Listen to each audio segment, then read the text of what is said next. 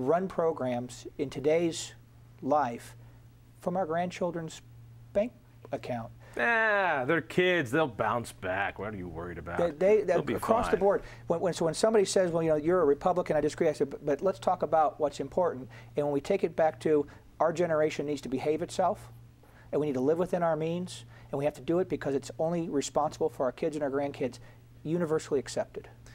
The 7th Congressional is a fascinating one. This was created by the Democrats. It was really meant to be a swing district. If there was ever a district that could go one way or the other, it's got to be the 7th Congressional. Right. It was, when we was reapportioned, it was created by the Democrats. The Democrats on the Supreme Court said, all right, you guys can have it. And it was surprising when Bob O'Prey won by 120 votes. It's in play. Talk to me about debt. That's the swing district. You know, I was on a front porch of a lady in Lakewood, Colorado, a 67-year-old lady, and she said to me something that was very profound. And it's prevalent throughout the district, I suspect, throughout Colorado and the country.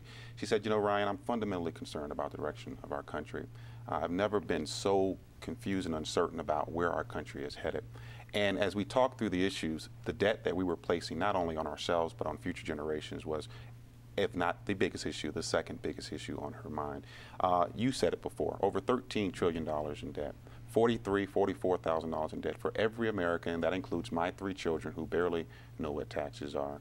We have to get fiscally responsible and serious about taking the steps that need to be taken to live within our means. I like to tell a little story, and it's true, I mean, in the sense that this never happened. My mother is my hero. She worked 2 jobs to provide for 3 boys. And as we were growing up, you know, she worked her butt off. And as we sat across the kitchen table from one another, never once did she say to my brothers and I, you know, kids, I've worked hard all my life. I've accumulated a ton of debt, but you guys are going to pay it off. And that's what we as a country are saying to future generations. You guys are going to pay it off. And I think it's incumbent upon us to be adults and to say it's time to live within our means. Stimulus worked. It was important to go into debt. And I know the people up in your district are happy because they've really benefited well from that stimulus package and the whole debt package. Well, you know, Mitch Daniels said it best. I think he said, this Congress seems to have a philosophy of don't just stand there, spend something. And that's exactly what they're doing. And we need to balance the budget. We've got to pass a balanced budget amendment. If you look at the past 3 years, if you back out some of the spending like defense, veteran spending, or homeland security, discretionary spending over the past 3 years has increased by 88%. It's got to stop. Over 40 cents of every dollar that we are spending is on borrowed money. This economy can't sustain it. This country can't sustain it. And when you talk to some of our national security advisors, they now list our national debt as one of the greatest security threats to this country. I'm living off of credit cards. It's working just fine so far. All right, we've got about 4 minutes left. Talk to me. What is the issue that you think is driving this? Let's start over here. Let's do a quick round. Tell me what's going to win this for Republicans throughout Colorado? In my district, it's the jobs and economy. The deficit spending, the growth of government are second.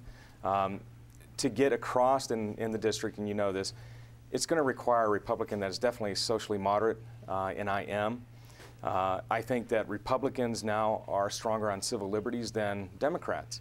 Here at the state level, they wanted to get all that information about what we're buying on the internet, from whom, so forth. And we need to move forward on that, protect our economic liberties and civil liberties both. What's going to make a Republican win in the first? Jobs and growth of small business. Everybody's worried about the economy. We need to become a pro-business country once again. They did pick an interesting time to socialize medicine when people don't have jobs to pay for it. Yeah, it is jobs, jobs, jobs, and the economy. We need small business to grow so we can hire again.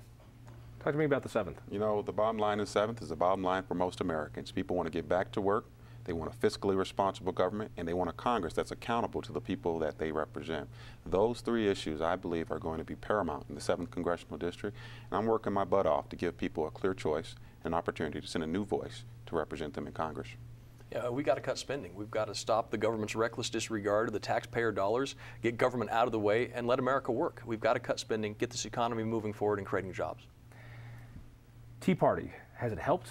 I mean, this year has been unbelievable for all of us. It's amazing that here in Colorado, where we voted for Obama just 2 years ago, we're going to have a sea change.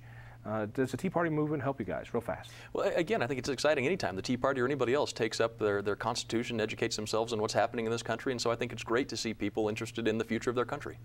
The Tea Party, the coffee party, the beer party. It's all, you know, look, it's all part of America. And what's helpful is that people are active, they're interested, and they're going to vote this November.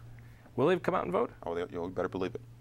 Tell me in the first. Yeah, it's the reawakening of the disengaged citizen who now realizes that this election cycle and the next are the most important in our government's history. We have to act now, and that's why all of these groups have become active, are awakened, and they're going to vote. Tea Party. Let's see. My district, not what you call a Tea Party district. Tell me, Boulder has any impact with the Tea Party folks? Maybe not the city of Boulder, but the Tea Party is big and it's important because you have to look at it for what it represents, and that is that the people want the government return to its role of protecting our rights and not being an activist interference and control in every aspect of our life, which it has grown to become. And a liberal can agree with that just as much as a conservative can. I know every election year we say, this is the most important election year ever, because when you're running an election, it seems that way. Tell me, is this the most important election year ever? Yes. Let's just do a quick circle. Tell me why. Absolutely, because if we don't change the course and direction of this country, our economy will falter, debt will drive this country into bankruptcy. The direction of the country is at stake.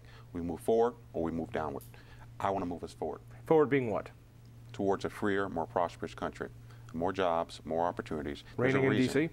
Pardon me? Reigning in D.C.? Oh, absolutely. All right. We have to. Most important election? Absolutely. I'm running because it is the most important election. I have never had the desire to become politically active before. I, like many people, have realized that if we don't, we are heading toward a socialist, more European-style America, while they're actually running our way. Most important? Yeah, absolutely, absolutely. And it's a point of no return. If we go too far towards socialism, this country is not going to return. Young Gun Republicans, thank you, and thank you. Check out our webpage, independenceinstitute.org. Stick around, because we're going to be debating this next right here on Colorado Public Television. Take care.